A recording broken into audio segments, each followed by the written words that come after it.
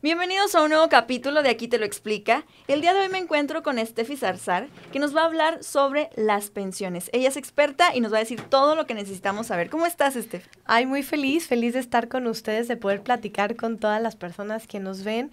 Y es un tema súper importante el que vamos a tocar el día de hoy, porque la mayoría de los mexicanos tienen un desconocimiento total en el tema de pensiones. Entonces es muy importante que conozcan sus derechos de pensión. Sí, así es. Muchas personas, incluyéndome, solemos pues desconocer este tema principalmente. Me gustaría empezar con que nos dijeras qué es una pensión.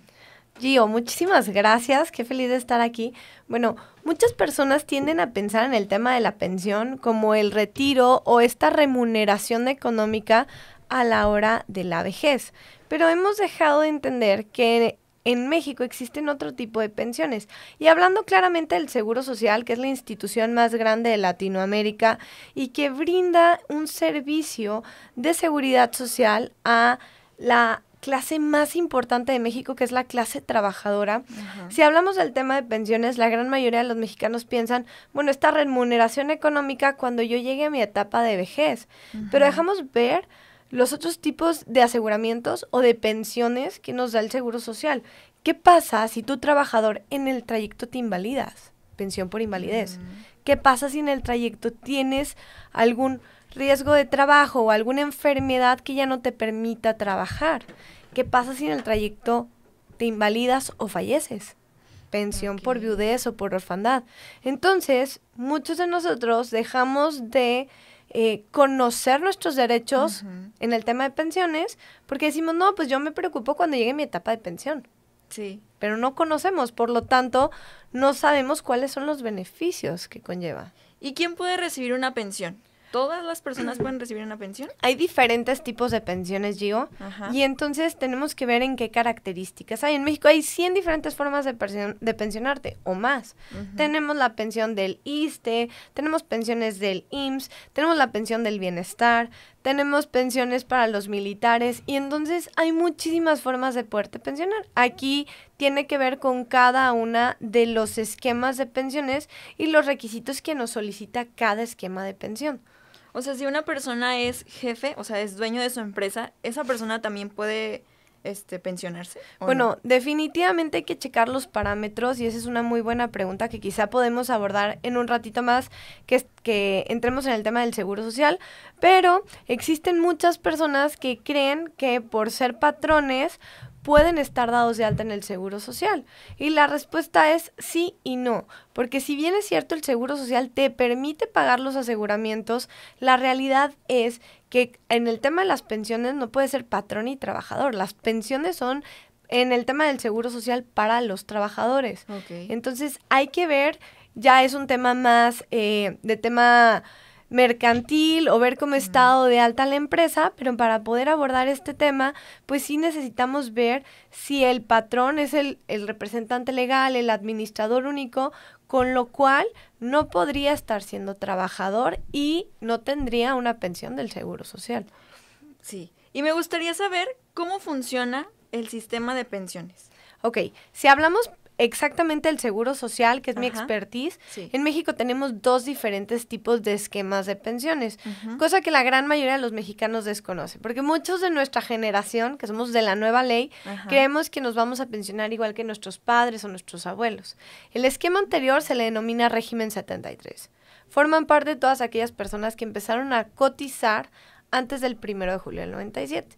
Muchas personas desconocen qué significa la palabra cotizar. Cuando tú tienes un patrón, tu patrón te da de alta en el Seguro Social dentro de las cuotas obligatorias, por lo tanto estás cotizando en el Seguro Social. Okay. Si tú lo hiciste antes del 1 de julio del 97, eres régimen 73. Y estas personas, régimen 73, pues son una generación privilegiada, porque el gobierno va a ser quien va a ser el principal subsidiario de las pensiones. Además de que es el principal garante. Ellos tienen que garantizar que se paguen las pensiones del régimen 73. Y ellos se pueden llevar una pensión mensual, mes con mes se la pagan, vitalicia, es de por vida. Y, bueno, al momento de su fallecimiento, estas pensiones se pueden otorgar a su esposa, esposo, concubina o concubino y se le denomina pensión por viudez. Pensión por orfandad, también se lo pueden otorgar a hijos menores de 16 años de forma directa, hijos menores de 25 años que acrediten que están estudiando en instituciones avaladas por la SEP y que no están laborando. Okay. Y si no tienes esposa, esposo, concubina, concubino, hijo, ni perro que te Nada. ladre, bueno, ¿qué puede hacer una persona sí, en ese caso? se puede, la ley te permite que estas pensiones se puedan otorgar a tus padres, línea recta, ascendiente, cosanguínea, únicamente a tus papás, y se le denomina pensión por ascendencia. Okay. Y hasta el año pasado esta pensión por ascendencia ya estaba al 90% equiparada a una pensión por viudez. Entonces, es muy interesante que las personas conozcan el esquema de pensiones. Sí. A partir del 1 de julio del 97, Gio, entró una reforma pensionaria, el gobierno se da cuenta que no iba a lograr sostener, pagar las pensiones de la gran mayoría de los mexicanos, y nos cambian a un esquema inspirado en un modelo chileno, donde se le da a instituciones privadas como bancos, aseguradoras, el dinero que se está recaudando de las pensiones con la finalidad de que ellos lo puedan reinvertir y generar más rendimiento, y se les llama afores. Okay. Entonces, tu generación y la mía y todos los menores de 44 años vamos a hacer ley 97. Y los ley 97 nos vamos a ir con un sistema de autoahorro para el retiro. Te explicaba hace rato que es como cuando a ti te dan un ingreso, de ese ingreso se desprende un porcentaje y es como si fuera una alcancía. Denominémoslo así para que todas las personas lo puedan entender. Se está yendo ese dinero a las afores para que se pueda reinvertir ese dinero y genere más plusvalía, más rendimiento, para que puedan tener una mejor pensión. Entonces, si lo decimos muy rápido, régimen 73, generación privilegiada, que se lleva una pensión mensual vitalicia y heredable y el gobierno es quien paga su pensión. Y los ley 97, pues vamos a hacer esta generación que no vamos a tener pensión. Estaba mejor la otra, la ley anterior. Definitivamente. Sí, porque pues en esta realmente pues depende de nosotros, realmente pues tener nuestro futuro asegurado. Lo estás diciendo perfectamente, ¿verdad? Depende de cada uno de nosotros.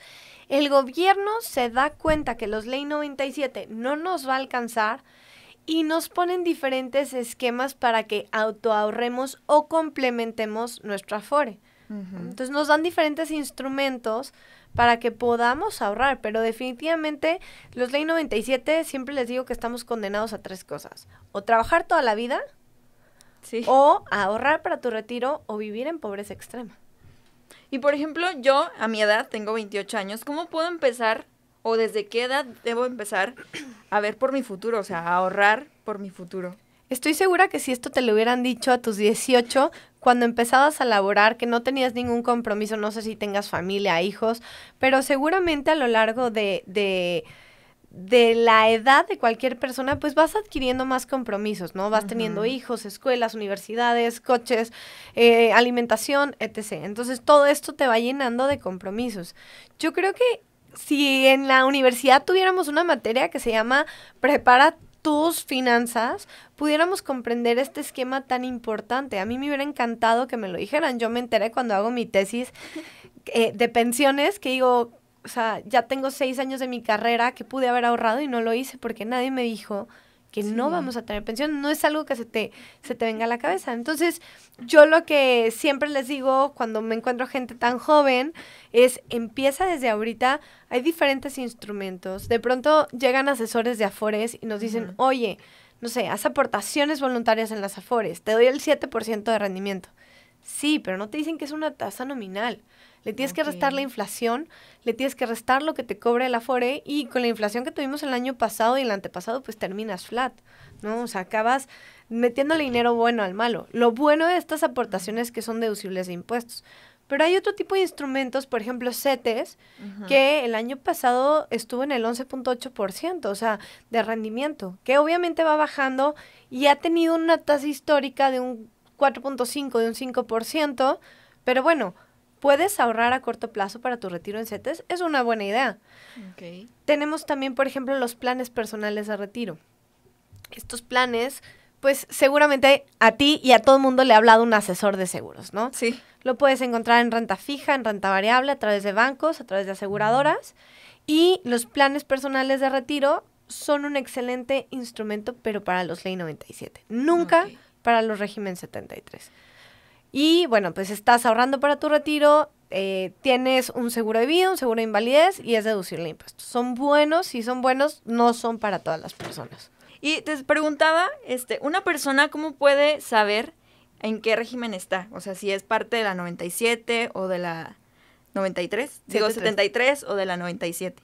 Bien, Gio, esto es una muy buena pregunta y hay muchas formas de poderlo saber. Definitivamente saber cotizado antes del 1 de julio del 97 pertenece al régimen 73. Si lo hiciste a partir de que entró en vigor la reforma, o sea, el 1 de julio del 97, eres ley 97. Recordemos que una ley cuando se publica, crea vigencia y se hace obligatoria. Entonces, 1 de julio del 97, si tú cotizaste el 1 de julio del 97, eres ley 97. Okay. Hace ratito les decía que todos los menores de 44 años, por default, somos ley 97. Okay. Y no va a faltar quien de tu audiencia diga, claro, yo tengo 45, ya la hice, soy régimen 73. No, no tiene que ver con la edad, tiene que ver con cuándo empezaste a cotizar. Sin embargo, cuando se hizo esta reforma pensionaria, la ley supletoria, la ley de seguridad social, o sea, la ley que está, que complementa la ley de seguridad social, es la ley federal del trabajo. Okay. Las personas de 15 años no podían laborar, los de 16 y 17 sí.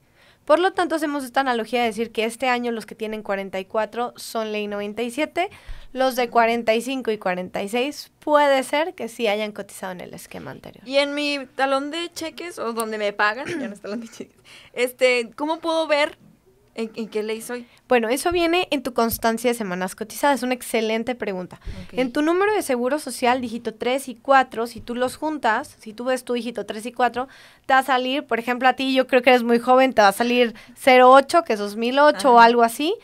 Pero hay personas que tienen 94, 93 y hay muchísimos asesores que se van con la idea de que el ver el número del seguro social, si ven 93, 94, 95, cualquier número anterior al 97, piensan que por eso las personas ya son del esquema anterior.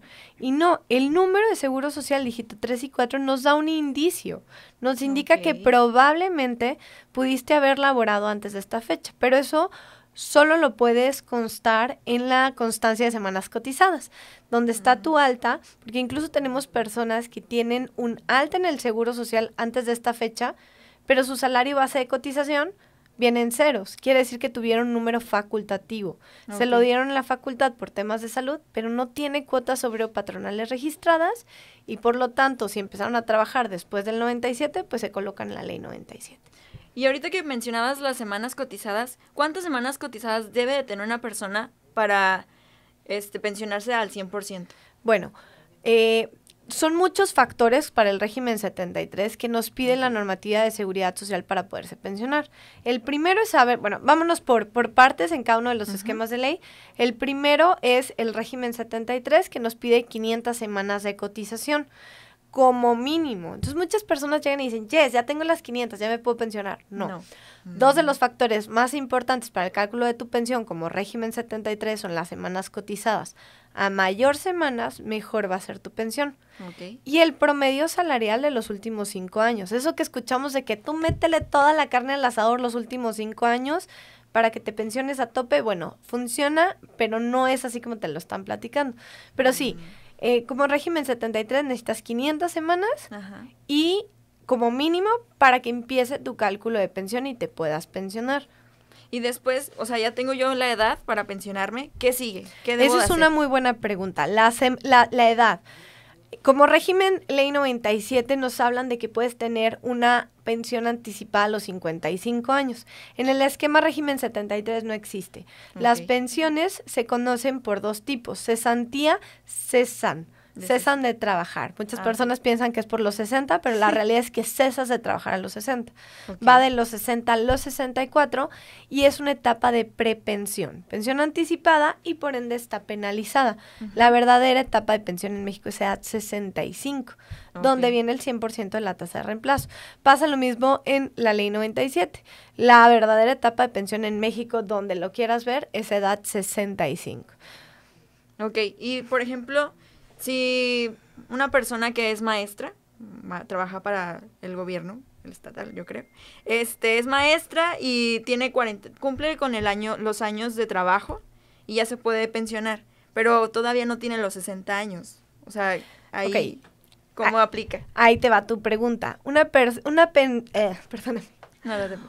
persona que está, en ese ejemplo tan claro, al principio te platicaba que hay muchos tipos de pensiones. Ajá. Entonces, si tenemos una persona que trabaja para una institución estatal, se va por pensiones estatales. Okay. Una persona que trabaja como servidor público en el municipio se va por pensiones municipales. Una persona, este tipo de pensiones, régimen 73 y ley 97, son para trabajadores que trabajan en empresas privadas. Okay. Entonces, ellos tienen derecho a la pensión del IMSS. Incluso las personas que trabajan de manera administrativa en el IMSS, ellos se van por jubilación del IMSS. Entonces, hay que conocer los diferentes tipos de pensión porque implican diferentes normativas de pensión completamente diferentes.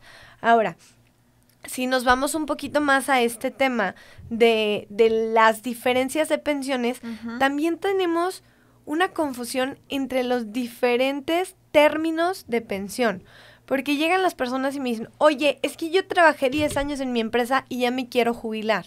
No, a ver, vamos a ponerle nombre a cada una de las situaciones. Jubilación se da por un contrato colectivo laboral en una empresa.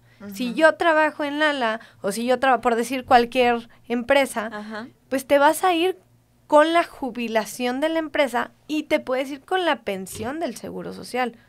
Entonces, una cosa es la jubilación que va por cualquier empresa. Si yo no trabajo en X empresa, yo no puedo tener este tipo de jubilación. Solo es para los trabajadores interinos. Una prestación social que da la empresa en un contrato colectivo. Y es como si tuvieras dos llegadas de dinero diferentes. Totalmente. Incluso hay personas que se pueden ir con diferentes tipos de pensiones. O sea, un trabajador de CFE, por ejemplo, se va con jubilación de CFE, se va con pensión del IMSS. Se puede ir con la pensión del bienestar, que ya hablábamos hace rato, que era un programa gubernamental que al darse cuenta que la ley 97 no iba a lograr tener este tipo de pensiones, el gobierno lo lleva a un grado constitucional para hacerlo un derecho para todos los mexicanos de 65 años. Y si ellos contratan, por ejemplo, un plan personal de retiro de forma privada, pues estarían llevando 4 tipos de pensiones. ¿Y una persona cuántos tipos de pensiones puede tener? Eso depende de cada una de las personas, o sea, depende si estás trabajando en una empresa, pero definitivamente si estás laborando en una empresa, te puedes llevar hasta 3 o hasta 4. La jubilación de la empresa, la pensión del Seguro Social, ya sea régimen 73 o ley 97, la pensión del bienestar a los 65 años, y si ahorran aparte, pues entonces pueden buscar algún plan o alguna pensión privada. Ok, y en cuanto a la Afore, ¿qué es una Afore? La Afore son las administradoras de fondo para el retiro. Para los ley 97 se cambió este esquema de pensiones donde hablábamos que estábamos en un sistema de reparto régimen 73. Me voy a regresar un poquito antes de contestar esta pregunta para poder lograr dar este contexto. Los régimen 73 son personas que se van a llevar una pensión mensual, vitalicia, heredable, con goce aguinaldo sobre la cuantía básica y pueden aplicar modalidad 40. Al ratito platicamos un poquito más de esto. A partir del 1 de julio del 97, ya lo platicamos, el gobierno se da cuenta que no le va a alcanzar para poder pagar todas las pensiones. Estamos en un sistema de reparto. Imagínate las tandas mexicanas, donde tú estás en tu tanda con los de tu empresa y juntan la lana y le toca a Juan y Juan se lleva la tanda, ¿no? Bueno, las pensiones del esquema anterior funcionaban igual. Se pagaban estos esquemas entre todos en las cuotas obligatorias que se hacen de forma tripartita. Una parte la paga el patrón, una parte el trabajador y una gran parte el Seguro Social. O sea, ¿quién es el principal subsidiario de los régimen 73? Va a ser el gobierno federal. El gobierno se da cuenta que no les va a alcanzar y entonces es que hacen este cambio de ley y nos cambian a esta ley 97 o ley de Afores, donde le dan a entidades privadas como aseguradoras y bancos la facultad de poder recibir estas cuotas que se cobran para poderlo destinar. Entonces una Afore es una administradora de fondo para el retiro. Ellos no ponen un peso, ellos lo reciben y lo meten en las Afores a trabajar ese dinero. Entonces está generando rendimientos, pero ellos no meten un peso, solo lo administran. Y yo como trabajador del régimen 97, ¿cómo puedo pedir mi Afore? Bueno, se puede pedir de diferentes maneras, Gio, y esa es una muy buena pregunta porque hay mucha desinformación y esto es un tema bien importante. Allá afuera vas a encontrar gestores que te dicen que te pueden devolver tu dinero, pero bueno, lo hacen mediante que pidas un préstamo por desempleo y tengas una negativa de pensión. Entonces te van a dar una negativa de pensión y vas a recuperar el dinero de tu Afore. El dinero de tu Afore lo vas a recuperar cuando tengas una resolutiva favorable o negativa de pensión. Ajá. Es el momento en el que te van a dar el tema de tu pensión. Muchas personas me han preguntado, oye, ¿con el dinero de mi Afore puedo pagar mi modalidad 40? La respuesta es no. Te van a dar ese dinero hasta que puedas tener una resolutiva favorable o negativa de pensión. ¿Y qué es la modalidad 40? La modalidad 40 a mí me fascina. Muchas personas me dicen, oye, yo soy modalidad 40. No, nadie es modalidad 40. La modalidad 40 es una herramienta, lo voy a tratar de explicar la forma más coloquial para que todo tu público lo pueda entender. Cuando tú tienes un patrón, ya lo platicamos, estás dentro de las cuotas obligatorias. ¿Sí? Una parte la pagas tú, una parte de tu patrón y una parte del seguro social. O sea, de tu ingreso te desprenden un porcentaje para pagarlo al seguro social. Estás dado de alta en el IMSS y estás dentro de las cuotas obligatorias. Ok, ¿qué pasa, Gio, para estas personas que se volvieron emprendedores, empresarios, artistas, freelancers, amas de casa, mamás, que ya no pudieron trabajar con un patrón, pero se quieren pensionar? Entonces entra la modalidad 40, que es la continuación voluntaria a este régimen obligatorio de cuotas obrero-patronales. O sea, es una herramienta que se hizo para aquellas personas que están en un periodo al descubierto sin un patrón. No que no están trabajando, no que no tienen ingresos, sino que no tienen un patrón, que son dueños de negocio, cualquier situación y se quieren pensionar. Entonces, aplican la modalidad 40 y ellos van a pagar las cuotas correspondientes al patrón y al trabajador. La modalidad 40 no nos da servicios de salud, pero nos da semanas cotizadas. Puedes elevar tus semanas cotizadas y puedes elevar el promedio salarial de los últimos 5 años. Régimen 73 únicamente. Ah, ok. Si yo soy del 97, no entro. Puedes aplicar modalidad 40, pero es una mala práctica, porque ¿para qué le meterías dinero bueno al malo? Si ya platicamos que los Ley 97 están autoahorrando para su retiro, ¿como para qué una persona pagaría más al Seguro Social si existen otros instrumentos que te pueden brindar una mejor pensión? Los pocos que Ley 97 que pueden aplicar modalidad 40, porque sí se puede, la ley lo permite, pues son aquellas personas que les faltan 1, 2, 3, 4 semanas, un par de semanas para poderse pensionar. Pero definitivamente no es algo conveniente. Yo he tenido clientes que su asesor de Afores le dice, métete a modalidad 40 en etapa temprana, paga tope, y cuando llegan con nosotros, pues imagínate que le regalaron 200, 300, 400 mil pesos al Seguro Social y bye, no los vuelven a ver. Que tenía un número facultativo, era Ley 97. Y entonces ese dinero ya se perdió, yo ya no puedo hacer nada para recuperarlo. No, ya no puedes hacer nada. Estuviste pagando un aseguramiento, una modalidad al Seguro Social muy cara que no te va a servir de nada.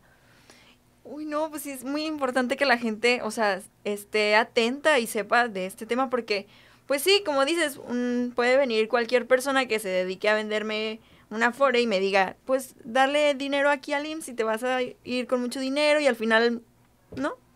Y eso le ha pasado a muchísimas personas, Gio. Otra de las falacias que encontramos en redes sociales, yo soy creadora de contenido y todo el tiempo estoy compartiendo en redes sociales información de valor, pero de verdad, el que consume redes sociales tiene que ser responsable de lo que consume y el creador de contenido tiene que ser también responsable de lo que hace, ¿no? Es una responsabilidad bilateral. Y entonces me encuentro, por ejemplo, tipos de falacias donde dicen que el SAT va a pagar tu pensión. O sea, vete a la prepa y entiendes en la prepa que el SAT solo cobra... tiene esta función de cobrar impuestos, no tiene por qué estar pagando tu pensión, pero son asesores de seguros que te quieren decir, con un plan personal de retiro, podemos estar deduciendo impuestos y entonces el SAT va a pagar tu pensión. Mentiras. Tú estás ahorrando de tu dinero y ese dinero tiene una deducción que te regresan a lo largo del tiempo, donde vas a poder recuperar algo de dinero, pero el SAT no está pagando tu pensión, tú estás pagando un plan personal de retiro, ¿no? O hay otro tipo de mentiras, que si eres ley 97, te pueden pasar al esquema anterior régimen 73. Y este es un punto bien importante. Sí, de hecho sí quería preguntarte que si yo soy del 93 no me puedo cambiar de régimen. No se puede. A partir del 1 de julio del 97 entra en vigor la reforma, se hace obligatoria y ya nadie te puede cambiar al esquema anterior. Hay muchos gestores, gente que trabaja o gente que tiene familiares adentro del Seguro Social que te dicen, yo te cobro 200, 300 mil pesos y te cambio el esquema anterior. No nada más se te va a desaparecer esa persona, sino tú estarías incurriendo en un fraude y que está tipificado en el Código Penal. ¿Por qué? Porque le estás diciendo al Seguro Social, bueno, yo trabajé antes del 1 de julio del 97. Acuérdate que quien afirma tiene la carga probatoria. Entonces, si tú le dices al Seguro Social, oye, Seguro Social, porque si hay quien, por ejemplo, lo ponen como ley 97 porque no le están reconociendo semanas. Tú le puedes pedir al Seguro Social que te reconozca esas semanas. ¿Cómo? Te van a pedir la hoja rosa, el contrato definitivo, algún documento expedido por el Seguro Social, pero obviamente acreditando que trabajaste antes del 1 de julio del 97. Pero si no lo haces, conozco muchísimos empresarios que han caído en este tipo de fraudes, donde no solamente están pagándole un dinero a una persona que se puede desaparecer al cabo de los años, sino que también ellos están incurriendo en un fraude si el Seguro Social los cacha. Y en cuanto a la modalidad 10, ¿en qué consiste? Ok, la modalidad 40 ya hablábamos que es un tipo de herramienta que nos ayuda a tener más semanas de cotización y elevar el promedio salarial. Si hablamos de la modalidad 40 no tiene ninguno de los aseguramientos como de salud, guardería, nada, que únicamente te incrementa semanas y te da el promedio salarial, te eleva el promedio salarial. La modalidad 10 es la incorporación voluntaria. Mientras la modalidad 40 es la continuación voluntaria, la modalidad 10 es la incorporación voluntaria. Ambos están en los regímenes obligatorios, pero la modalidad 40 no te da más que semanas y promedio salarial para poder subir tu pensión. La modalidad 10 sí te cubre todos los aseguramientos. Tiene servicios de salud, tiene guarderías, pero el Infonavit es opcional. Entonces, la modalidad 10 es mucho más completa. Pero, a ver, recordemos que el Seguro Social funciona como una aseguradora. Esto es algo que la mayoría de las personas no ha entendido. Entonces, si tú tienes una preexistencia en alguna enfermedad, la modalidad 10 también tiene una preexistencia, igual que un gastos médicos mayores. Tiene periodos de espera. Entonces, la modalidad 10 sí te va a dar servicios de salud, sí te va a dar guarderías, te va a dar semanas y te puedes elevar el promedio salarial. Mientras en la modalidad 10, si tú sales de trabajar con un salario base de cotización de 2,200 pesos y vas a entrar a la modalidad 40, tienes que entrar pagando esos 2,200 pesos. En la modalidad 10 no, puedes bajar tu salario base de cotización y subirlos paulatinamente cuando sea necesario, 5 años antes de pensionarte. La modalidad 10 tiene un plus con esta reforma pensionaria. Teóricamente, la modalidad 10 te va a permitir que si tu patrón te tiene con un salario base de cotización término medio, tú puedes complementarlo para llevarlo a tope. Sin embargo, la Ley de Seguridad Social lo permite, pero el reglamento no lo permite. Estamos esperando que haya esos cambios porque obviamente pues la ley es supletoria al reglamento, ¿no? Pero todavía está en esta prueba piloto donde eventualmente, espero que sí funcione, que puedas tener o complementar con la modalidad 10 para que no te salga tan caro como la 40. ¿Y qué personas pueden ser aptas para entrar en la modalidad 10? Cualquier persona que quiera un tipo de aseguramiento, pero obviamente es mucho más recomendable que sean régimen 73. Pero, bueno, obviamente también personas que están fuera en el extranjero. Siempre y cuando tengan un domicilio en México, pueden entrar a la modalidad 10. También podemos encontrar en personas trabajadoras independientes a las personas del hogar. Entonces, hay muchos tipos de personas que podemos incluir en la modalidad 10. Para finalizar, si una persona quiere pensionarse y no la dejan, o sea, no es acreedora a una pensión, ¿qué puede ser? ¿O se la niegan? ¿Qué sigue? Existen diferentes recursos para una negativa de pensión, pero definitivamente lo más importante es tomar una asesoría personalizada, previo, desde tus 45, desde tus 20, dependiendo del esquema pensional al que pertenezcas. ¿Por qué? Porque es como si tienes una enfermedad y quieres llegar al doctor cuando ya estás reventando. ¿Por qué no vas previo?